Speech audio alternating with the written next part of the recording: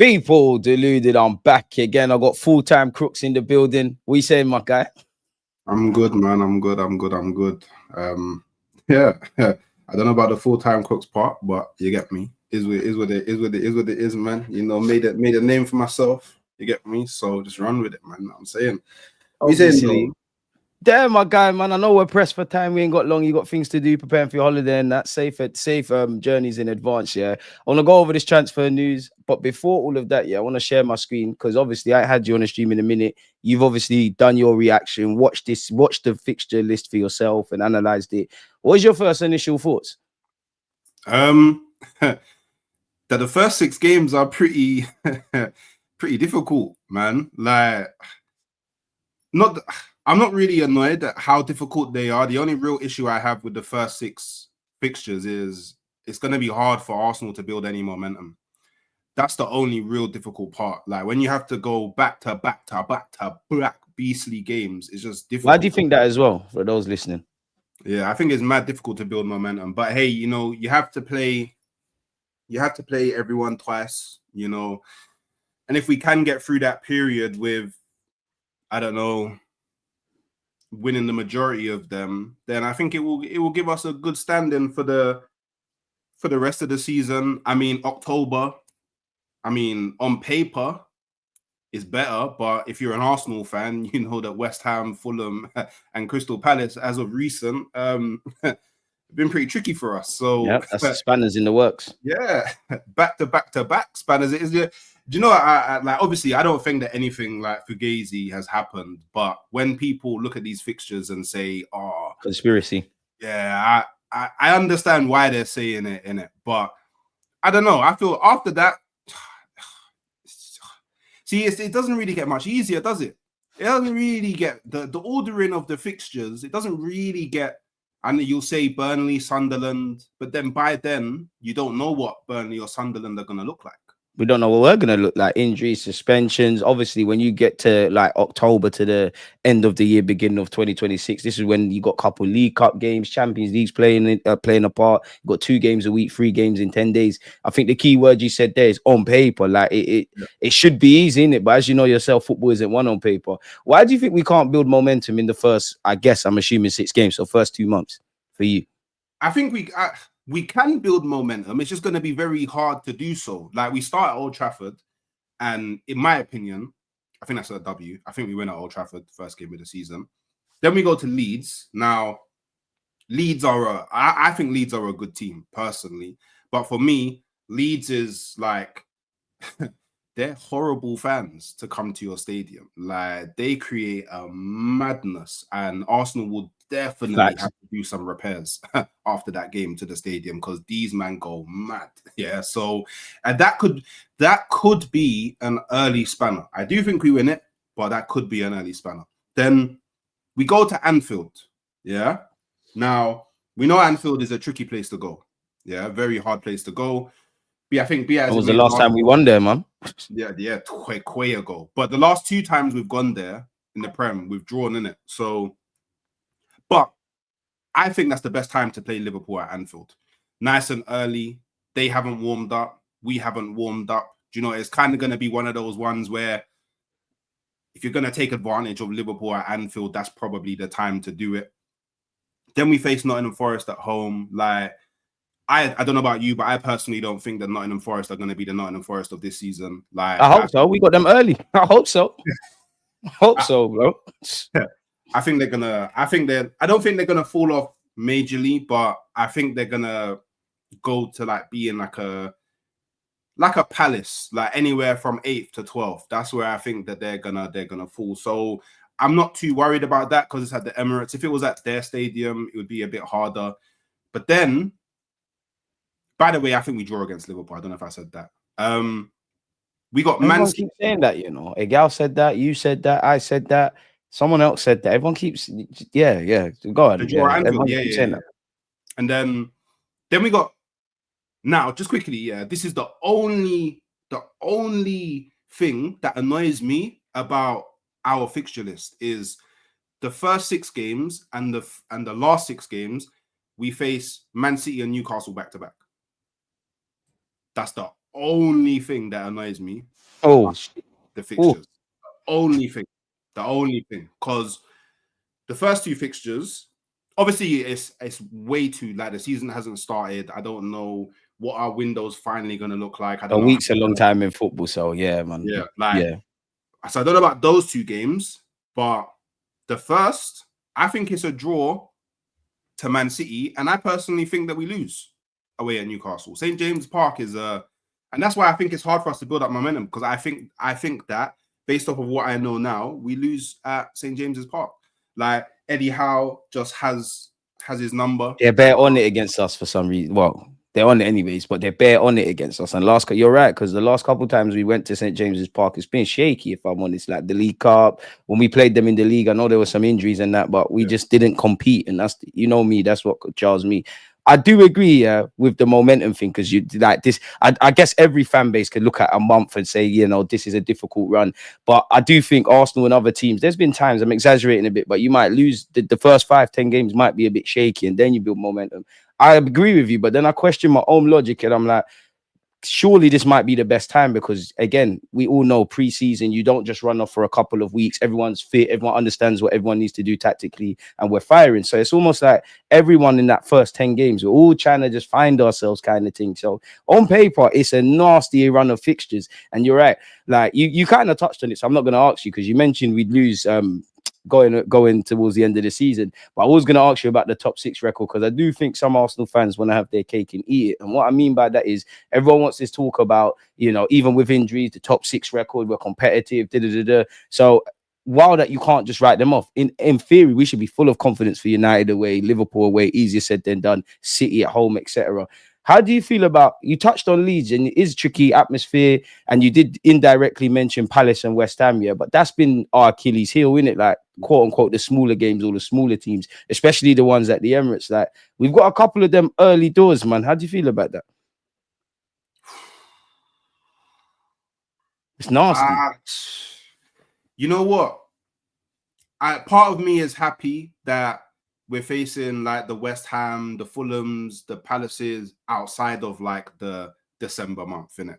Because I feel like December, January is where they really, really hit us up in it. Like, you know what I mean? The Everton there, spooky. I won't lie. The Everton there, spooky. Aston Villa, yeah. I think they're falling off a cliff. So maybe this is, I don't know, maybe my Arsenal arrogance coming in, but I stay don't humble, man. You know what I mean? I don't care about them no more. Honestly, after what I saw last season, I'm not worried about them not one bit in the slightest, innit? But I'm just happy that we're avoiding those teams. And not to say, because look, other teams could, like, look, I don't think we're gonna go unbeaten in the season, innit? Like, I definitely think we're gonna lose games. It's more about, if we lose a game, like, just make it be few and far between. Yeah, because ours come in bunches. Yeah, and B, as early on in the season as possible. Those are only 2 parameters for losses that I really care about. Because that December is jammed. Nasty, even January, there's hella December and January packed. And do you know what? We actually face Liverpool home and away before the title race begins, so they can't impact our season. We just have to take points. I genuinely think we need to, if we're going to win the league, and I said I'm a hypocrite because I think we're going to draw, or maybe not because we don't travel well to Anfield. I actually think you got to get 4 to 6 points of City and Liverpool. But then I'm a hypocrite because I've been talking about our top 6 record, and it's been the smaller games and whatnot. Like we had 3-4 losses last season. Obviously, we need to address that naturally, but it's the 14 draws. You've indirectly touched on it, yeah. But for me, the most difficult period naturally is, you could force it and say November, but I'll say, just to make this a bit simpler for me, December, end of the year to the start of the year, because there's so many. I know there's changes and TV rights and all that stuff, but because of when it's coming, because of the amount of games, because of the games we'd have played and all the other comps, for me, that December and January is make or break. And again, this is why me and you do a lot of content. This is why I always talk about depth, because this is now where you're going to have to be a bit cute and clever. Someone might play 60 minutes here. There might be a rest for Saka here and there. Like, what's the most difficult period for you in the season, if it's not December or January? Do you mean in general, or do you mean? Yeah. Like, looking at these fixtures, like, what would it be for you, or the months of fixtures there? Yeah, I would say now scroll down, scroll down, scroll down. For me, yeah, it's probably the April, April and April beginning of May. Well, I'm assuming that's Business going to be end. beginning of May. The business end, because Bournemouth at home, Bournemouth's team's been stripped. Yeah, they're getting collapsed, but we don't know what it's going to be like there. Then you got Man City and Newcastle back to back, and then you have to face Fulham, and then West Ham, which are both, like we've shown in past, not to be easy games for us. Cool. Burnley, by then they might already be relegated, not You really checked playing out. for much. They get smoked. But final game of the season, yeah. If something's on the line, so Dark. if something's on the line at Selhurst Park, yeah, and Palace are in a situation where they're already out of Europe, but they're competing for like Europa League spot, that's a very hard game. That's a Do you know very, what? very hard game. You're converting me, you know. I still maintain the December, January period, but because you said business end, and like as you was reading it, I was doing the math, not even doing the maths, but actually just looking at the fixtures. As you said there, don't know what Bournemouth's gonna look like. So I'm just gonna assume it's gonna be the Bournemouth to a degree I saw of last season. That's nasty. I don't need to tell you or the viewers about the Etihad. Newcastle at home. The best I would say about that is in April, I'd rather play them at our place than go over there, but that's spanner in the works. I think Fulham have earned that right in the last couple of years against us. In that, respectfully to Fulham, it's not really the most scariest of fixtures, but for us, it's almost like a Southampton where you're like, oh, West Ham away. I guess we've thumped them up last couple of times we've played there, but there's also been times we fought for a league and bottled it there. Burnley at home. It's them kind of home games where, like you said, they could be on a beach, they could be fighting relegation, we could be in the best form and they could be doing all right, but we kind of F ourselves up. Palace, if we're, well, in an ideal world, we've wrapped up the Premier League title before them, but if it's still on the line and we're at Selhurst Park, I mean, you articulated it there, Hookz. I'm doing the maths. That is, it's not nice, but then I have to be cliche and say every game's a cup final, all of this kind of stuff. I want to ask you finally on this year, if I scroll the way back, and we give or take, we say the first 6 to 10 games or so. So that takes us to Burnley away. Yeah. Do you think it could turn? I hope it don't go like this, but we know we're frustrated with not winning the league last year. What needs to go on the transfer market, the question marks around the squad and Arteta. Do you feel like it could turn ugly very quickly if it goes south for us?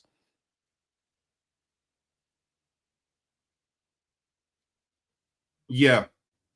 Yeah. And the reason why I say that well, obviously, again, caveat, it's all on paper, but when I looked at our fixture list, there's not a point in the fixture list where I feel like there's a clear run of games that I can go like, okay, we can get 4 to 5 wins back to back to back. I can't see that in anywhere in the fixture list. Like, I feel like the fixture list is sort of spread out in a way where we can grab maybe a couple wins here, but then we might hit a draw, or grab a win here and then get a loss. Like, our fixtures are, in a sense, very balanced. Like, we don't face like, and obviously by the time we play, like for example, Everton, Brighton, and Wolves could all be in the lower end of the table, but I don't think that's going to be the case. So Them away games were techie last year as well. Them two in particular. like it's You're right. Still, the fixture list, yeah, is like there's points in this that's mad. Like if you look at the end of January, yeah,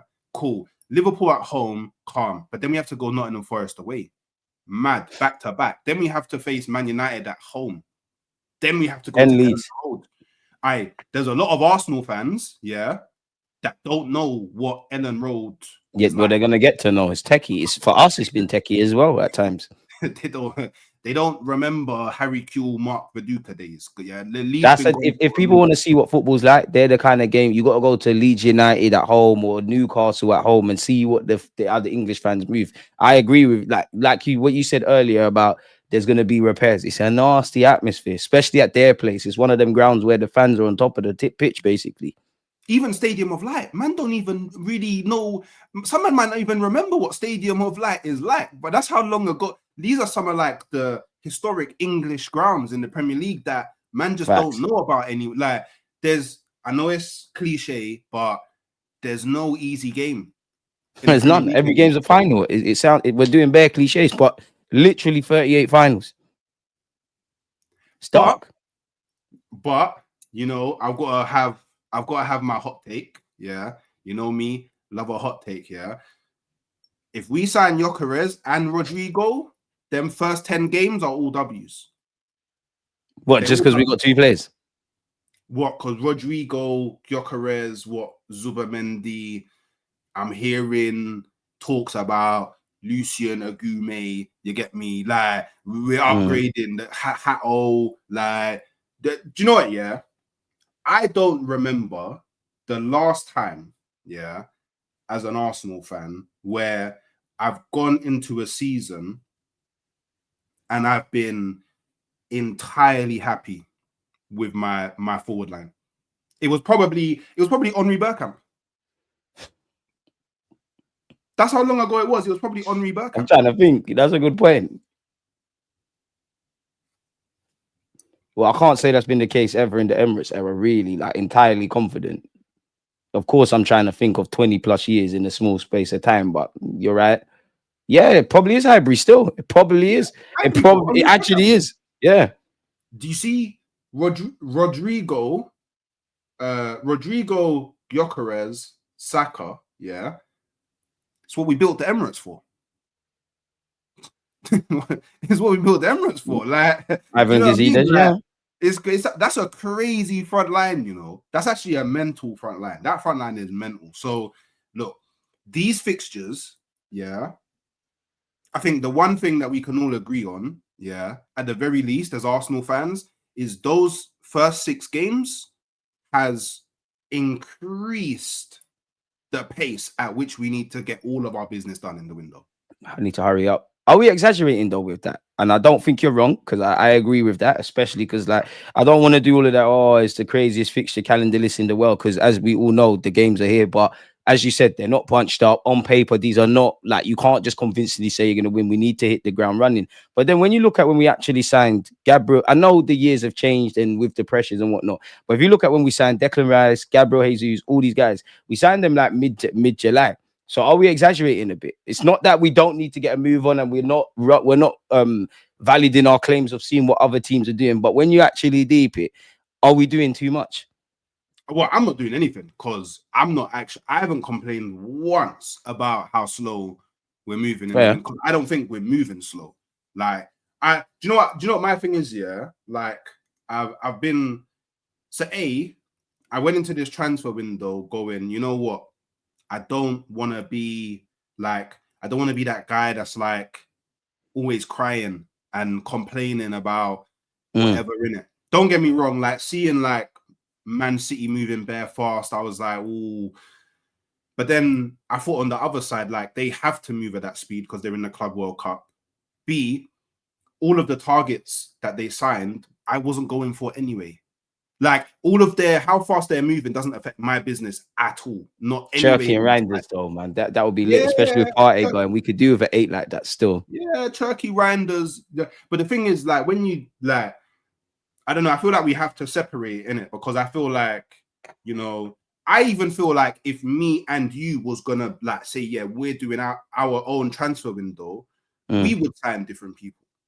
Do you get what I'm saying? So, like, for me, it's like cool. In a sense, it doesn't matter who I want. It just matters that the areas that Berta and Arteta and whoever else in the background has decided is key that needs to be solved, it just gets solved before pre-season. Because look, I'm not the oracle in it. Like, cool. I've all the whole way through Gyokeres. That's been my number one, even over Isak. And this has been like for a good 2-3 years. Now, you have said that before, but I disagree on the Isak thing. But you have been consistent in the Gyokeres claims. Yeah, like, but this is before you carry on, sorry to cut you, bro. Wait, genuinely, like, let's say, boom, Gyokeres is here, Isak's here. I'm exaggerating, but just to make it easy, let's just say 70 million. They're both on joining. Both clubs are happy to sell. You're picking Gyokeres over Isak. 100 million%, bro.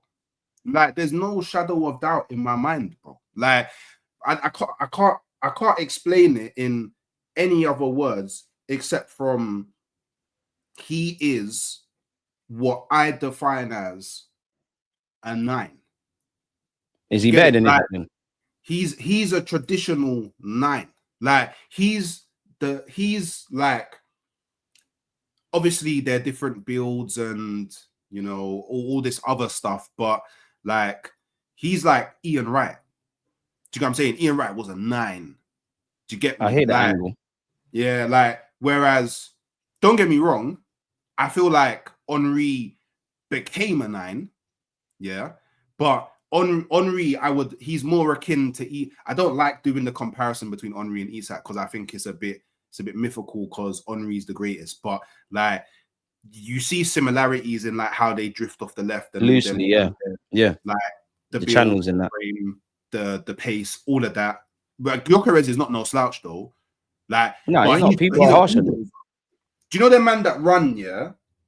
You're the man that run, yeah, and like you're trying to stop them, and like you hold on to their arm, and they're Yeah, still once running. they're in full straight, it's like, bro, it's like trying to stop a horse. Yeah, like I don't know. Like, look, don't get me wrong. If we didn't sign Gyokeres and we did sign Isak, I'm not gonna be like, I'm not gonna be angry. I'm not gonna be angry because it's Isak. But it is that with thing's Isak, a myth. see, I'm a spiritual brother in it. Like I believe in all that stuff, yeah. And we have our own injury problems. So then to bring in someone who is injury prone, like I feel like we're just tempting fate a bit too much. Like I think Isak would come and then he would get injured in like the first month, and then we're not seeing no Isak for 2 months, and then it's like, do you know what I mean? It's like we go back to just Havertz and Moreno, and it's like, why did we sign him for 150 million? Like, why did we sign him for 150 million? Like, there was no point. Whereas Gyokeres, this brother, I think he's a better finisher than Isak as well. I think he's a better finisher. You look at his record, I disagree, but you can't, it's not without claims. Like, I'm pretty sure, because I looked at it, he's actually, over the last 3 seasons, outscored him in respective league. And obviously, I understand it's harder to score in the Premier League than it is in the Portuguese league, but you still got to score the goals. Do you get what I'm saying? And every time that they've both been in the Champions League, Gyokeres has outscored him. So do you think he's a better striker? 100%. But it's not, bro, it's not close.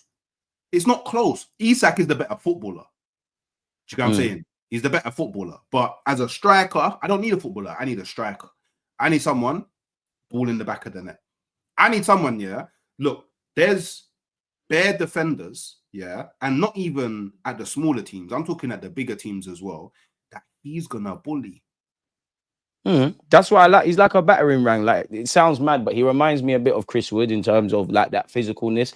Yeah. I personally don't understand. Like, obviously, look at my man's goals. I think he's got like close to 100 or 100 in the last 2 years. You can't ignore that, innit? He can score goals. I also recognize in the modern day, a striker just standing up front, it's a myth. But I've seen enough. I'm not going to act like I've watched every sporting game, but I've seen enough of this man to know you can affect the game when you're not scoring. Evidently, you can score goals. You can work. I don't really care about the free kicks, quote unquote, but you've got enough facets without scoring in it. You can work the channels, you can drop deep, you can lick in free kicks.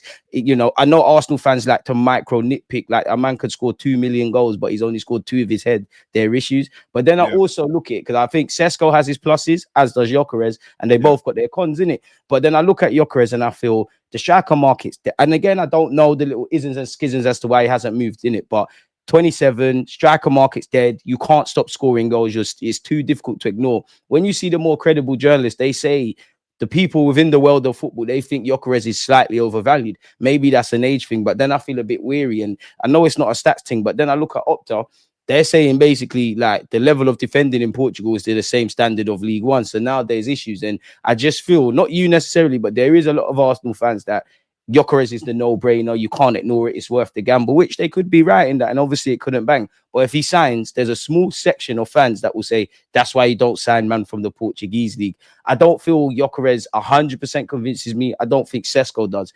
It's more like 90%. There's that 10% of doubt attributed to both. So it is difficult. Apparently we're ready to submit a bid and trying to get him in before pre-season. Are you buying it? Yeah. Well, yeah, because CE and Portugal have milked it. If I'm honest, they've milked every little drop out of this Gyokeres story they can. So I don't know. Like, I don't know with like transfer windows anymore, man. Like it used to be so simple. Like it used to be like, yeah, I would just sit in my room, have Sky Sports News on, and like, yeah, see them filtered. Once something came up, it was when something came up, like it was actually going to the yellow bar. Yeah, yellow bar. It was always gonna happen, but now it's like because it's become sort of like I don't know. Like I feel like transfer now it's sort of like an influencer market. Like everyone's trying to boost their profile. Everyone's trying to get engagement. Like everyone's trying to become tier one. So there's no way of fact checking it either. Yeah, this is the thing. There's actually unless you got some skin in the game and you know people and you can cross reference and all them things there, but you'll never actually know who is right. Like you could read this article now, yeah, and then not even tomorrow, in 2 hours' time, another article could come out that completely contradicts everything said in this article. So it's like I don't know with Windows anymore. I just hope that we get what we need. Like, because again, I want Gyokeres, but if we don't get Gyokeres and we get Sesko, I'm like, I understand that Sesko. At least you got a striker. Yeah, I understand that Sesko has his qualities in it. He's a striker. He will score goals. Like at the end of the day, like I just know we need a striker. That's all I know. We need a striker. I have my preference. You have your preference.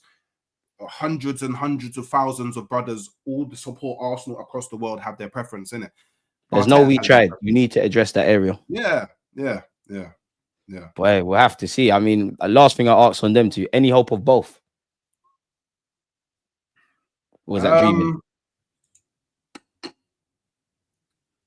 Potentially, but I feel like if we was gonna get both, it would be like cool. We sign one now, and then we do the rest of our business, and then Berta's like, oh, I still got a cheeky 60 million left to spend. Oh, should I just go Let's see what we can do. Deadline dating. Yeah, maybe a deadline dating. But if we do end up getting both, plus a left winger, plus a backup right winger, like I feel like at that point the squad becomes a bit bloated.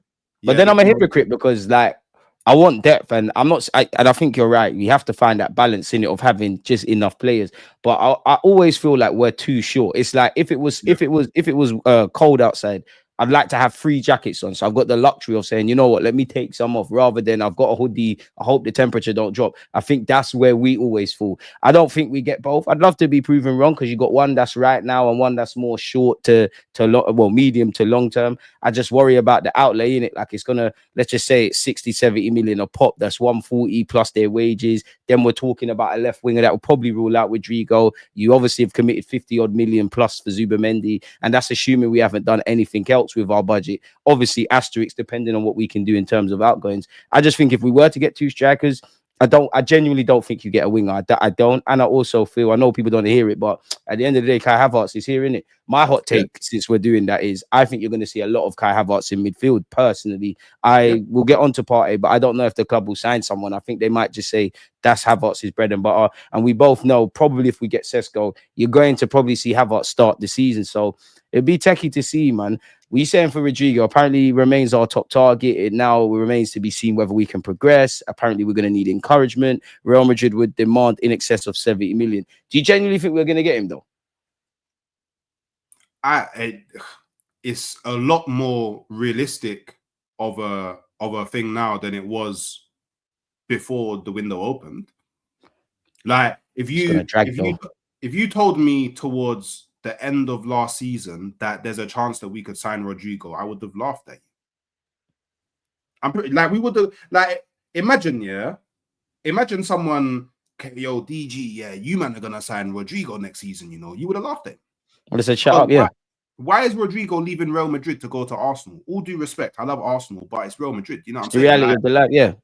You get me? Is what it is, but I think we can get, and do you know what I'm hinging all my money on? Is the fact that, well, a few things. So the first thing is that he's being overshadowed by the likes of Bellingham, the likes of Mbappe, the likes of Vinny Jr. Like he wants to be the man. You get me? He wants to be the man in it, and it's very hard for him to be the man when you have all of those profiles that just get pushed out a lot more than you. If you come And to man will Arsenal, probably come in as well, pause to further eclipse you as well, because it's Real Madrid. They're always going to get stars. yeah, even Trent coming in, probably eclipsing him as well. But you come to Arsenal, you'll be the main man. You Do you actually be the really? main. You'll be the Go main on, man. go on. Where Well, do you when I say stand on main the? man, I'm excluding Saka. When I say main man, I'm excluding Saka because Saka's Brother, obviously I'm on signing this guy for the left hand side, and I just feel I know like it's Rodrygo, Brazil, all that kind of stuff. Yeah, people want to hear it, but in the modern day, you have to work your ass off defensively. Out of all them Real Madrid dons, he does that in it, and not like you yeah. said, left wing, it makes sense. Stature, London, couple Brazilian man. I just feel with this thing, too much dominoes have to fall into place, and we're not going to see that soon. We're going to need to front up the cash, need to give him the wages. Real Madrid have to make it abundantly clear, I'm letting you go. Jabi Alonso has to tell him abundantly clear the stature in the squad you think you're going to get, you might not get, and he's going to have to accept it. And it's not going to happen until after the Club World Cup. I reckon Rodrygo's like the icing on top of the cake, in that you get your Sesko, your Gyokeres, your left backs, your centre heart, your centre mids, and whatever else we need. Then we kind of go for him. Last thing on him, yeah. Do you really think it's because fans are there saying like this could be the Alexis Sanchez type signing? I don't disagree. I think it changes us, but I don't know if I don't think he was as good. Maybe he is because the dynamics are different. But I think Alexis Sanchez at Barcelona, let alone when he came to Arsenal, was a different caliber of fish at the moment of him signing for Arsenal. I don't quite believe. I think Rodrygo's fucking fantastic, but I don't think it's adapting. But where are you at with that? I hear what you're saying. I get the point. I get the point that you're making, but it's more the fact. I think it's more about the impact. So that when I make the comparison between Sanchez and Rodrygo, it's more of the impact that they will have coming to Arsenal. Like, it's not about the quality or anything like that. It's more, I expect Rodrygo to come into Arsenal and do the exact same things that Sanchez did, maybe to a different degree, but that's the impact that I'm expecting him to have. And I think that he will have. So, No, it'll definitely be a hit. I just yeah, don't. I just remember Alexis Sanchez vividly out because I was like, the times he was at Barcelona. Don't matter if you supported Arsenal, Spurs, Man United, Accrington Stanley. You'd obviously watch your team, follow your team, and whatever. But you was watching Barcelona and Real Madrid, and what it meant for both teams. You was watching them teams religiously in it. And I just think I thought Alexis Sanchez was a top player there. Obviously, when you're not around Messi and that, and you're around us, you get to see it a bit more. I genuinely think that. I'm on Rodrygo because I know he wants to play on the left allegedly. But Martin Odegaard did that 10 role. You could lose that very easily, you know, or he could deputize. My last thing for you before I let you get out of it, I know you need to go, yeah. Bayern Munich are discussing the possibility of signing Gabriel Martinelli. I think I know where you're gonna stand on this, but I gotta ask, man, like, what are you saying with this? sign Bear him in mind, he's up. still a big game player, you know. Yeah, Remember, he's still done his thing in big games. see, I did a video on this, yeah, and obviously I because saw the group chat as well. yeah, because obviously I talked to you a lot, yeah. So, and the first thing that came into my head pause was, yeah, big game player. DJ always say this big game player, but which is true. It's true. Like, I can't deny it. He is a big game player. Like, he does get goals in the big games, but this is kind of where I stand with it, yeah.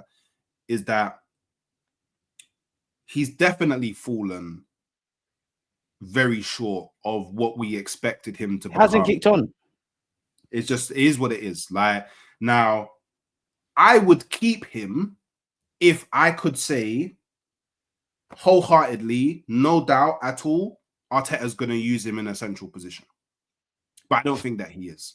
Yeah. He's not. We're going past that. He's not. He's not going to do that. Which is where I think he's best.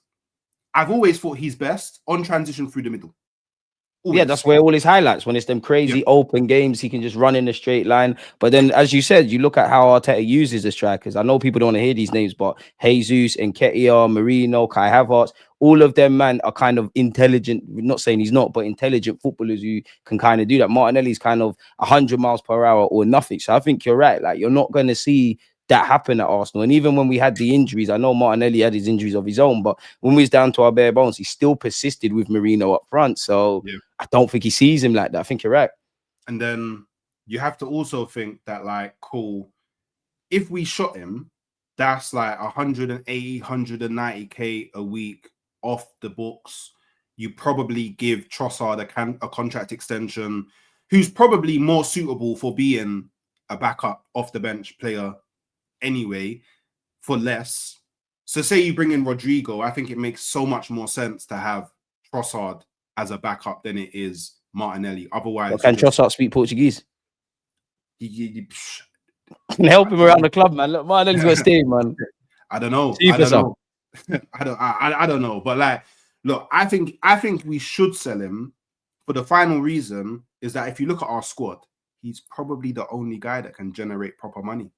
It's probably just him and I wouldn't say proper money with Kivior, but like him and Kivior. And these are players that people will be open to sell, but I wouldn't say people are actively trying to push the Kiviors and the Martinellis out the door as opposed to a couple of others. So you're right. He could generate. My thing is, I'm not on selling. My thing is two things, actually. I'm not really on letting him go until we bring in a left winger, whether that's Rodrygo or whatever, because now your hands are tied. And then two, realistically, how much are you going to get for Martinelli? I know people will say 50, 60 million. I'm not saying you can't, but Bayern Munich are not stupid. They're going to say exactly what Hookz has said and what I've said in that he ain't really kicked on. And these men are footballing people. They might think he's got potential, can help them, do all of them kind of things. But they might say 40 million, in which that's quite the profit. If he goes and develops, we're going to look dumb. So it's like the asking price and even that, the wages, bro. My man's on like 180, 190. Now you're 24, 25. You probably would get something like that. But if you're Bayern Munich, are you exactly going for that? And I pour cold water on this, bro, because I'm sure you've done it yourself. But if you go on the Christian Fort guy, the Sky Germany don, he's clearly Bayern Munich are looking for a left winger, but he's linked Bayern Munich with. He's still running Nico Williams, like they're trying to hijack that for one. Gittins, Diaz, Gakpo, Martinelli, Mitoma. So how far is this interest for me? And it wouldn't surprise me if they're linked with Rodrygo. Like, how far do they rate Martinelli? How much are they trying to pursue it? My last question for you then, because I know you got a cut, yeah. What sort of price would you say, yeah? Because obviously 50, 60, 70 would be amazing, but what's the base fee you would say, all right, Martinelli safe? Or the lowest, I guess I'm trying to ask.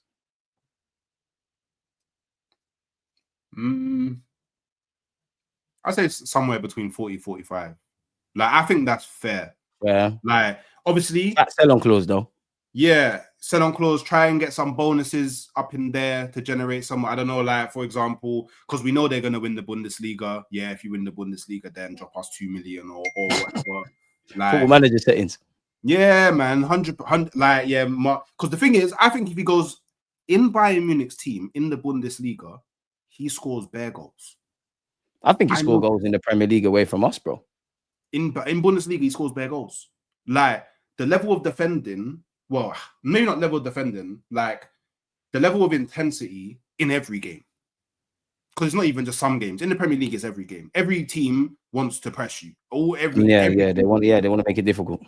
Bundesliga, it's not like that. Obviously, no disrespect. Like, that only really happens when you go up against the bigger teams. Them little small fry Union Berlin and them, man, they're not going to be defending Martinelli the same way that, like, and they play high lines like a Brighton does. Do you know what I'm saying? So I think he'll kill it over there. So hey, hit 15 goals, another 2 million. Do you know what I'm saying? Like, just find ways to like add more P's on. But I think 40 to 45 million would be a good base. That's where I would be working around. I think that would make us, out of all of those names that you mentioned, like favorites to sell as well, because Mitoma's not going for no 40, 45 million. Gittins isn't going for no 40, 45 million. Rodrygo definitely ain't. Nico Williams definitely ain't. I can't remember the other. You mentioned someone else. I think they've been linked with Liao as well, more aggressively than us. He defo isn't going for no 40, 45 million. So it would put us in a. Do you know what? It would actually put us in a good position as well. Like, if we could not necessarily undercut, but like be a bit smarter and say, cool, we want 60 million for Martinelli, but we'd rather shot him and guaranteed have 40, 45 million. And then now AC Milan, who need to make money, suddenly they're looking shaky at Liao now. They might as well go for Nelly. So, remember you was telling us 60 M's before. Facts. We could pattern a 45 now, you know. Do you get what I'm saying? So maybe if we be a bit smart in the market and rule out like options for other teams to sell to, maybe that could help us, I don't know, deadline day, get someone like a Liao on a cheap if we couldn't pattern the Rodrygo deal somehow. So, yeah, man. But it's a shame. It is a shame. He hasn't kicked on.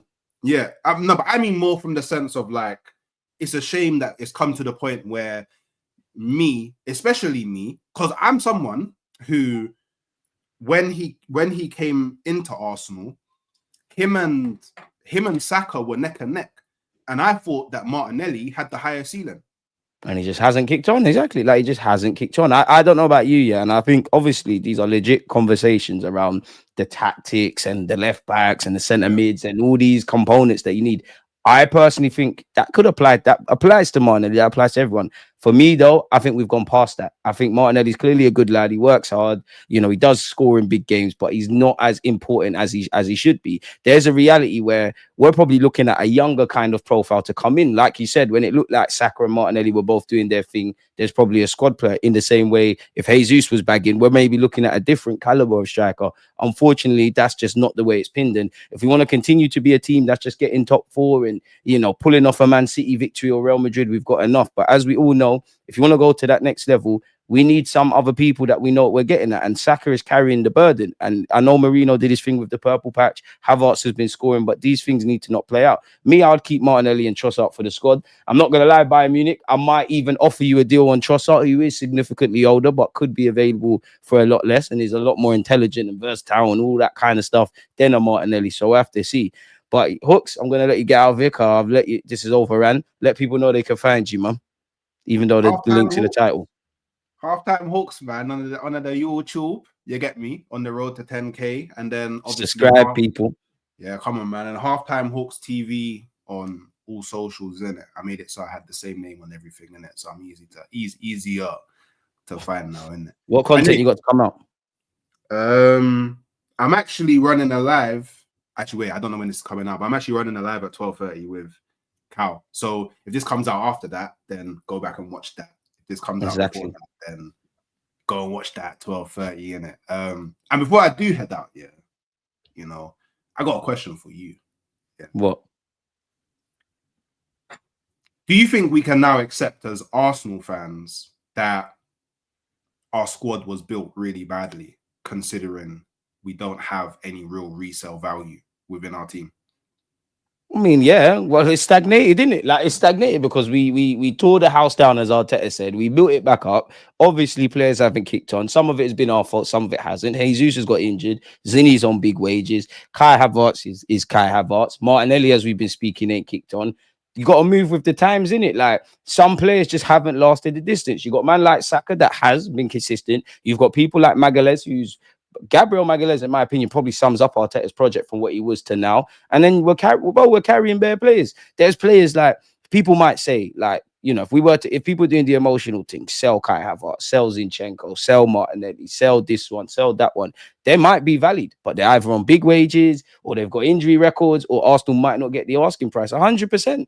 We both know, but as much as me and you are focused around selling Martinelli or bringing in Gyokeres and Sesko, bro, there is clearly a remit with this club to bring money in and sort out the wages. I don't know who our top 5 earners are, but if I was to say our best 5 players in our strongest 11 and the top 5 earners, I'm sure there's not a correlation. We need to replenish this whole thing. And my thing is, I can't see this all happening in one window, bro, because Berta joined in March. How can I make it make sense?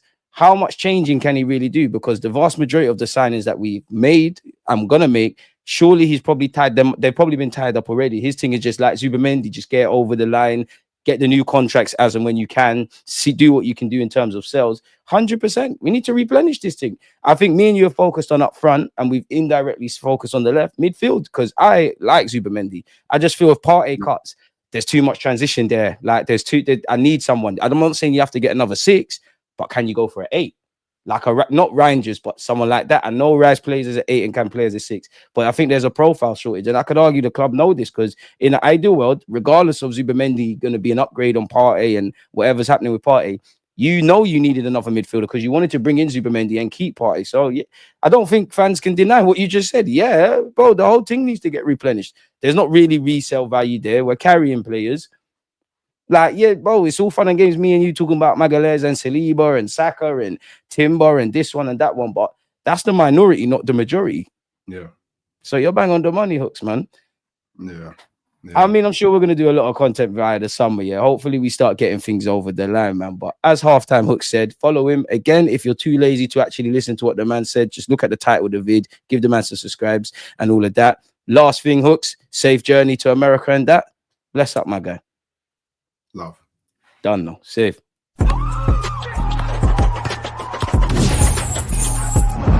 you always just like, when like defenders, I think, like